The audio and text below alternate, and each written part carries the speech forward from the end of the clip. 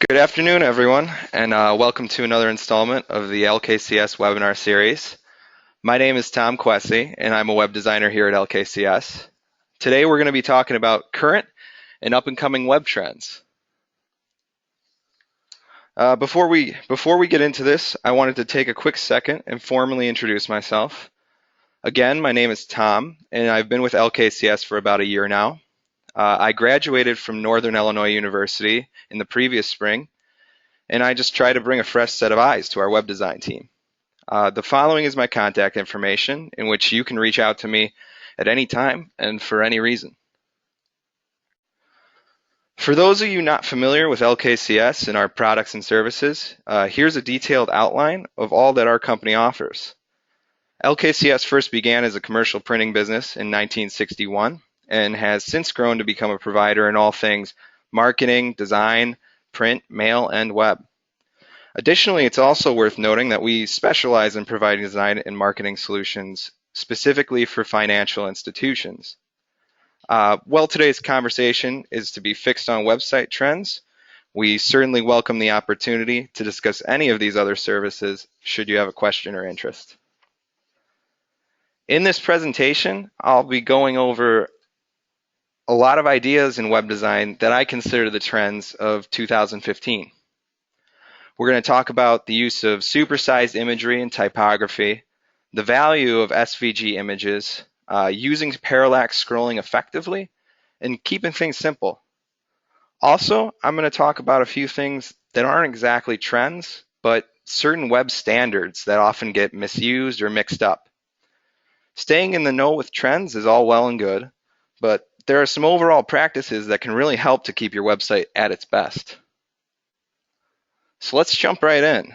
One trend that I'm seeing everywhere nowadays is the use of supersized imagery and typography on the homepage of websites. When used with the right images, it can really help to give your site a general friendliness right when your audience hits the page. It's also an easy way to quickly convey something about what you do potentially to a new viewer.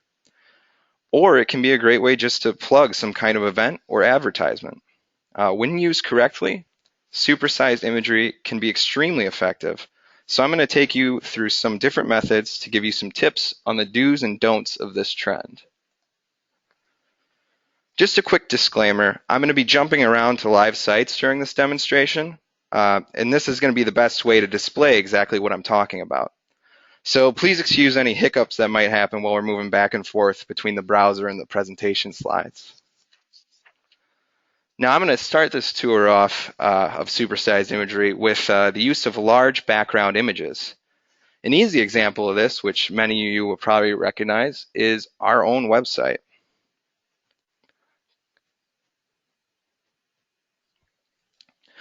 Now we not only use a large image of our building on the home page, but we're also using large image backgrounds on the inside pages as well. But we'll start here. So on the home page, you'll see that we left the design very open so that our main image would shine through. A couple of ways we accomplish this is with our banner system at the top and our organization of our tools. So we're using very simple text-only banners to advertise and make announcements. This doesn't take up too much real estate on the home page and flows really well. So it just kind of hangs in the air above our building. At the bottom of the page, you'll see we're using some fold-out panels for our tools. And these are nice because it gives the client the option of closing them when they're not in use and opening up some more space. Another viable option for this type of homepage would have been to use a video background. We'll discuss and take a closer look at video backgrounds a little bit further on.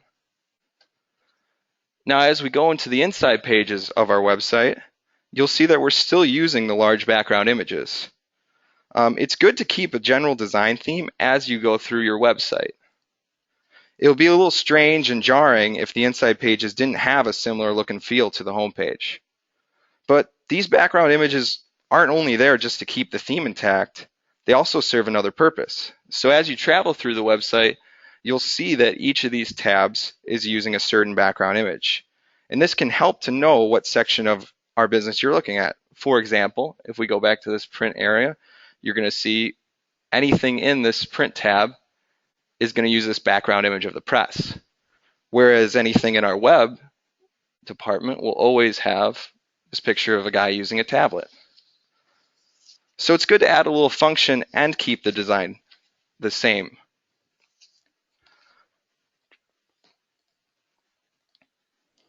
The next type of large imagery I'm going to discuss is the use of a hero image. Now, a hero image is the name that we use for large banners that take up the majority of the home page above the fold.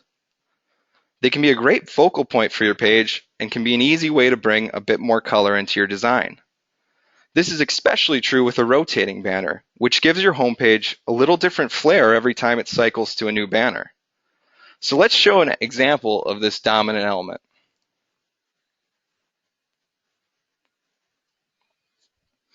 Here you can see Earth Mover. This is a site we designed that is currently using a hero image. They're using their large banner for a couple of advertisements right now. And when I talk about adding some splashes of color that you wouldn't usually see, I think this first banner here does a really good job of that. It adds a bit of variation away from their brand colors, but since it's isolated to just the hero image, it adds instead of detracts from the page's theme. This kind of thing adds interest and makes a web page feel more dynamic, rather than truly breaking the website's look and feel.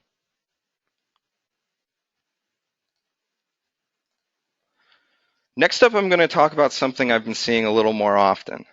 It's definitely in the same vein as the large background image that we discussed earlier, but this is the use of a video background. My personal favorites are really subtle video backdrops that don't really distract, but add a bit of depth to a home page. This first example I'm going to be showing uses an obscured video in the background. The video choices that they make throughout the site are well chosen because they don't involve a ton of movement, but they still stand out as not being a static image. The way they're obscuring the video makes it easy to focus on the content in the forefront when you're ready to read it. So we'll click around this a little bit just to give you an idea of they do a different kind of video for each thing. It gives you almost a little preview of it before the rest of the content comes to the forefront. And then on the home page, they even just have this little static video that just kind of putzes around in the background, but it's nice. I have another example of this, and this one uses a little bit different technique.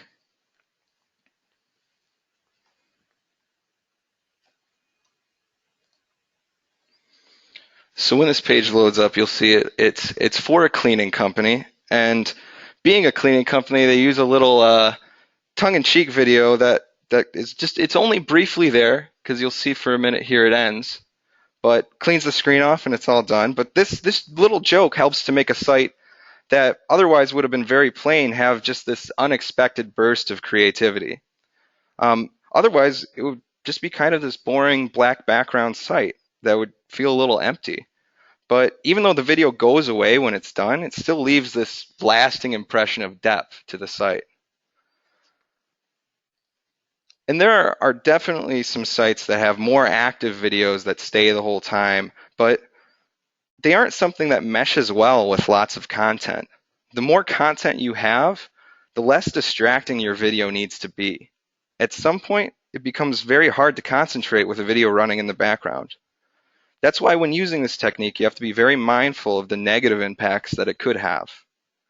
Another point to make with this is, if not done correctly, a video background could slow the load time of your site to a crawl.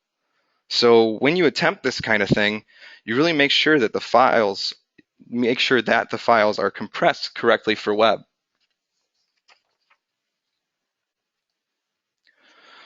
All right, better imagery. Now this kind of goes hand in hand with everything I just talked about. If you're going to design a site with such a dominating element, then it's going to be important to get a quality image. And this kind of supersized imagery has brought on the wider use of high quality and sometimes custom photography being prominent in most web design nowadays. With so much content on the web, custom photography adds just one more way to make your site feel unique from the rest. Now, I would always suggest using less stock imagery if possible, but most of the time it's just a very viable option. This isn't necessarily a bad thing. My biggest tip for you is if you're going to use stock photos is to make sure to take your time and find the right pictures for your site. There are actually a lot of really well shot stock images. It just might take some sifting through to find the perfect ones. So with the right eye, you can find images that look custom and fit the bill. One of my biggest pet peeves is images that they scream stock photo. And I'm talking about the over-the-top images where everyone's smiling and staring straight at the camera. And I mean, images give you a chance to say something about your business or site. I understand that smiling and eye contact could convey friendliness, but I mean, people have seen these images so often now that they just skip over them subconsciously. So take your time and pick your imagery wisely. Next thing I'm going to talk about is SVG Graphics. SVG is a file type that's becoming more widely used. With the explosion of smartphones, website speed, and data packages are on everybody's mind. Designers and programmers, they've always tried to make websites as light as possible, but a JPEG or a PNG, they can only be compressed so far. With the rise of SVG, or scalable vector graphics, graphics can look amazing on any device, and the file size can be reduced immensely, even to a tenth of its JPEG or PNG counterpart. Websites will load faster and take up less data at the same time when using these. And this is amazing for people who are trying to access your site from a smartphone. There's a lot of time where you just can't find a reliable connection, and this will help to cut the loading time of your site down. These files are able to scale up to any size without losing clarity and look pristine on Retina displays. At the moment, this file type works with most of the popular browsers. For the most part, the only place it will get caught up on is with versions of Internet Explorer that are older than version 8. Otherwise, it's been embraced by the main browsers. This tells me that going forward, there's going to be less and less chances for someone not to be able to handle a file of this type. Another big plus for these graphics is that animation and interaction are right in line with SVGs. Having the capability to refer to group components of an SVG file means that potential exists for animating individual portions of a graphic. To sum it up, going forwards, SVGs should be on your top list to use on websites. They offer a lot of benefits and they don't offer many flaws.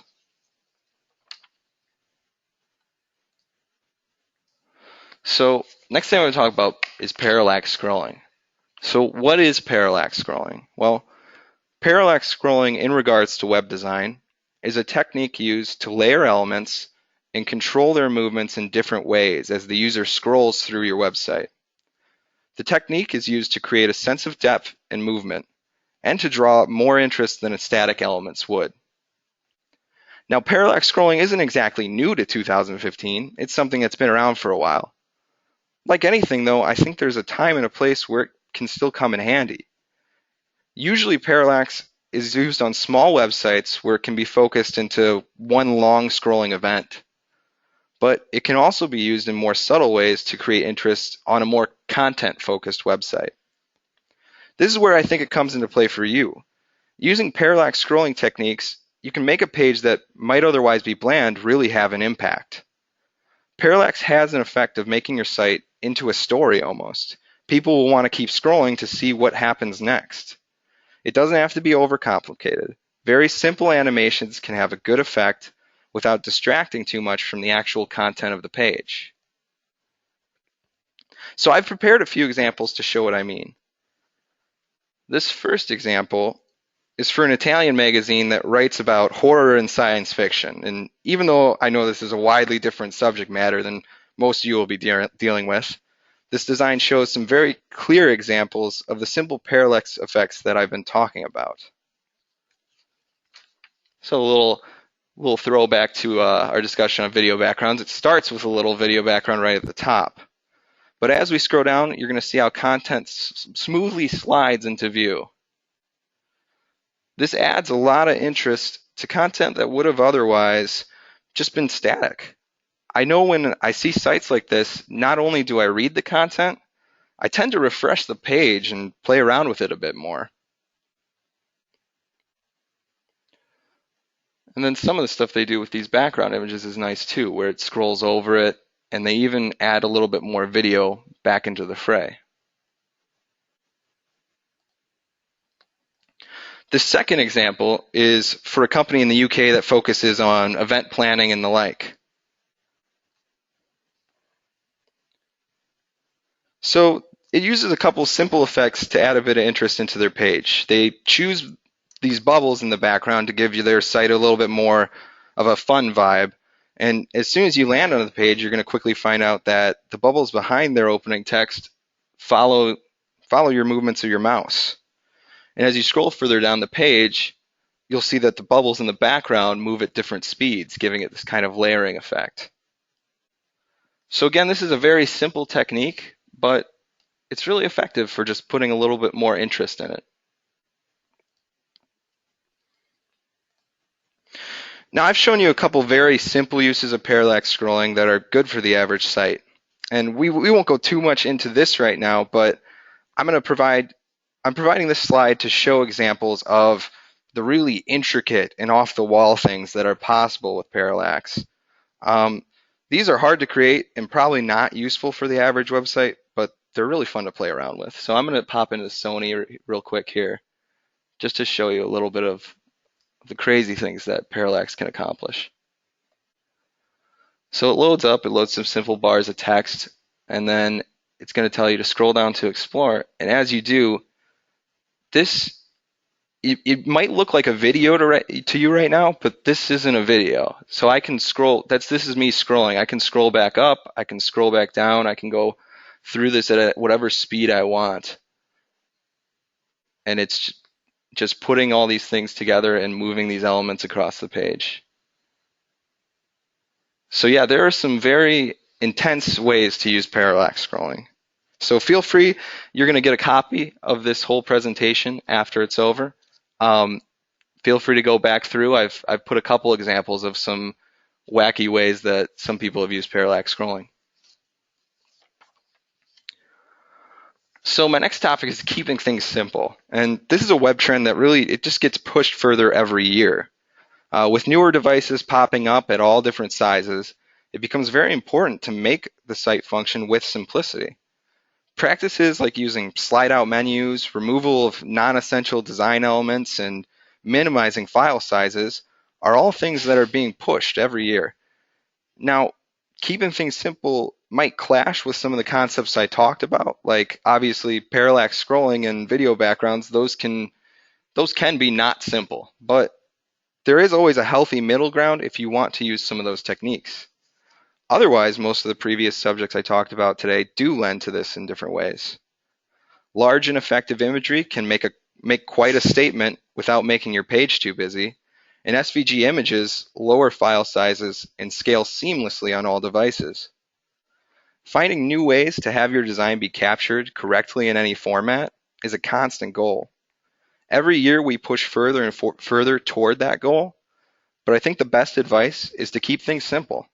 And I don't mean to make your website simple to the point of being boring, but I'm just saying that sometimes the best design choice you can make is also the simplest.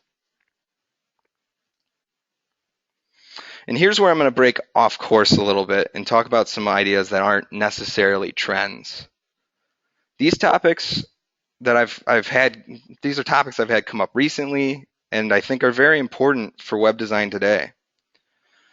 So we're going to go over everything from the often misused idea of the fold to the expectations of your users today. Now, there's a lot of statistics and facts floating around the internet, and when it comes to web design, this is especially true. Usually these things can be helpful, but oftentimes you can see this information being turned on its head and misused. And I think a good example of this is a lot of ideas about the fold. For those of you who do not know, the fold is an imaginary line on your website's homepage. Using this when designing your websites, you know that in most cases, when your audience lands on the homepage, they're going to see everything above the fold line. Anything below the line will take some scrolling to get to. Now, most people know that it's more likely for your audience to click on and see things that lie above the fold. And this is where you can start getting into trouble with some wrong interpretation. From what I have seen so far, a lot of businesses have this irrational fear of scrolling on the homepage. And this can cause problems because from a business standpoint, if you don't want there to be any scrolling, you're going to try to cram everything in so that it fits above the fold. And the presentation of elements on your site needs to go hand in hand with functionality. It's vital. Yes, items above the fold get more attention, but almost no one is going to struggle through a design disaster to find them. So how do we solve this? Well, we need to get away from a fear of scrolling, or we need to make some hard choices about what exactly needs to be presented right off the bat. And this is easy once you figure out what is most important from both your point of view and from the user's point of view. From there, it's just down to designing with that in mind. And many of the trends that I went through during this presentation lend to solving this problem. Parallax scrolling, for example, can add a bit of fun or even a bit of story to scrolling. It makes the user want to see the rest of your content simply because the act of scrolling is rewarded.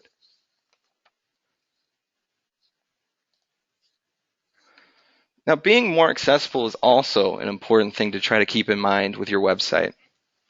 Your website can be professional and still be accessible. What I mean by this is you need to look at the way that you're presenting your content from the audience's perspective. Asking yourself questions like, should there be a call to action button here? And what exactly is the most effective way to make this easier? This is the sort of care that takes your site from being good to being great. An often overlooked point that we've found that can be very important is the language that you're using. Often the verbiage that is being used on your site can benefit from being more approachable. For instance, we found that people are more likely to ask a question if the button at the bottom of the page says questions rather than saying contact us. Small changes like this can actually mean a lot to your audience. Yes, you still want to give an air of professionalism, but having your content come off as friendly can make all the difference. Good website design is about making it easy for the user to traverse and enjoy your content. So on the subject of traversing your content, your navigation and just general maintenance of your site is hugely important. So a lot of the subjects that I talked about while talking about trends were ways to make your content more enjoyable, but let's dive into making it easier to traverse. When you're looking at your website's ease of use, you're going to want to look at your navigation. Your navigation is the ticket to getting anywhere on your site, and this is something that needs to be as straightforward as possible. So spend time thinking about where things should be located, and that will help to streamline your website. One good way to test the strength of your website navigation is to get some volunteers to help you.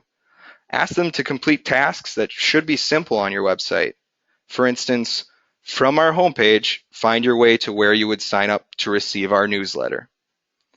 If getting your audience to sign up for the newsletter is a main goal for you, then this should be very easy for your volunteer to get there. Using the data collected, you should be able to glean information about if or why it was difficult to get them where you wanted to. Our usual recommendation is that you should be reviewing your site at least every year. We believe in the value of inspecting a website every 6 months, though, because we often see problems arising on sites that have been working fine for a while, and then all of a sudden something goes wrong. One thing that we do with the websites that we build for clients is give them a free website review every 6 months. This report we give them covers all these things that I've discussed here, and we give them an idea how they could be fixed or improved. Now, I know I covered a lot of different topics today, and if you would like to discuss any more of them, just get in contact with us. We would be more than happy to help you make any of these trends into a reality for your website. Or maybe you're thinking about building a new website entirely. Well, we do that. Our web department here at LKCS is ready to make that happen. And that about wraps it up. If you enjoyed this webinar or wish to learn additional ways LKCS can help you in your marketing efforts, Please join us on July 8th for our next presentation titled Find New Loans, where one of our sales representatives, Tim Turgeon, will be talking about credit-based marketing. You can register now at www.lk-cs.com/webinar. Thank you so much for attending this brief presentation on web trends in 2015. I hope that I was able to give you some insight on what the future web might be and how you can take a more active role in your web presence. I'd be happy to answer any questions you might have. Feel free to submit them using the question text box provided. Again, thank you so much for attending.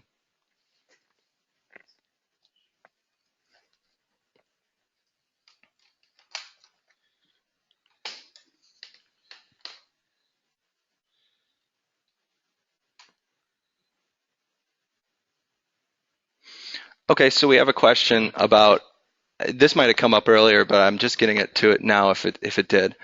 How would large background images or banner images translate into mobile, iPad, and phone? Well, this can translate a couple different ways. Either you can scale the image down, which can become a problem. Usually for iPad, it's not as much of a situation because you're able to still show a lot of the same image on there without losing focus on it. It'll still be just about big enough that they'll be able to understand. With mobile, there's a couple ways to handle this. I've seen different tactics of maybe zooming in on a piece of the image and having a responsive title that goes with it. Another way that this can be done is sometimes you just get rid of the image altogether when you go down to mobile, because when you hit on the phone, you really want those load times to be small, and you want it to be very simple because there's just not a lot of screen space to get your idea across. So the easier it is to navigate at that point is better for mobile. This is Sid Haas with LKCS, and the question was, speaking of CMS, everyone has their own opinion. What do you recommend? And a couple of options were presented, such as Joomla, and things like that. Tom mentioned that we typically recommend for our financial institution clients a CMS called Sitefinity. It's a commercial product as opposed to Joomla or WordPress, which are open source products. There are advantages and disadvantages to both, but we feel that the commercial products have better support and better security, both of which are critical to our clients. Sitefinity itself is it's in the top quadrants, as far as CMS systems. We'd be happy to demonstrate it. It does provide that ability to edit any section of the website and fully integrates with all of the video backgrounds and large image backgrounds and things that Tom mentioned in his presentation today, and does support the ability to edit parallax scrolling websites and things like that.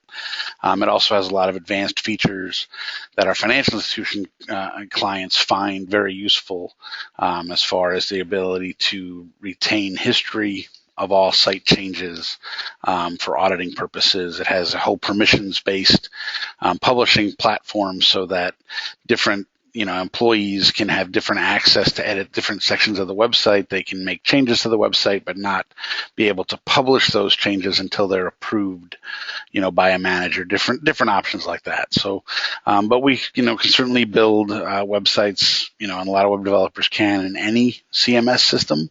So if you're already using, Joomla or WordPress or another, any CMS, there may not be a real reason to change and still be able to make changes to your website to keep in line with the trends that Tom talked about. Well, if that's all she wrote, thank you very much again, and those are some great questions. Have a really good day, everybody.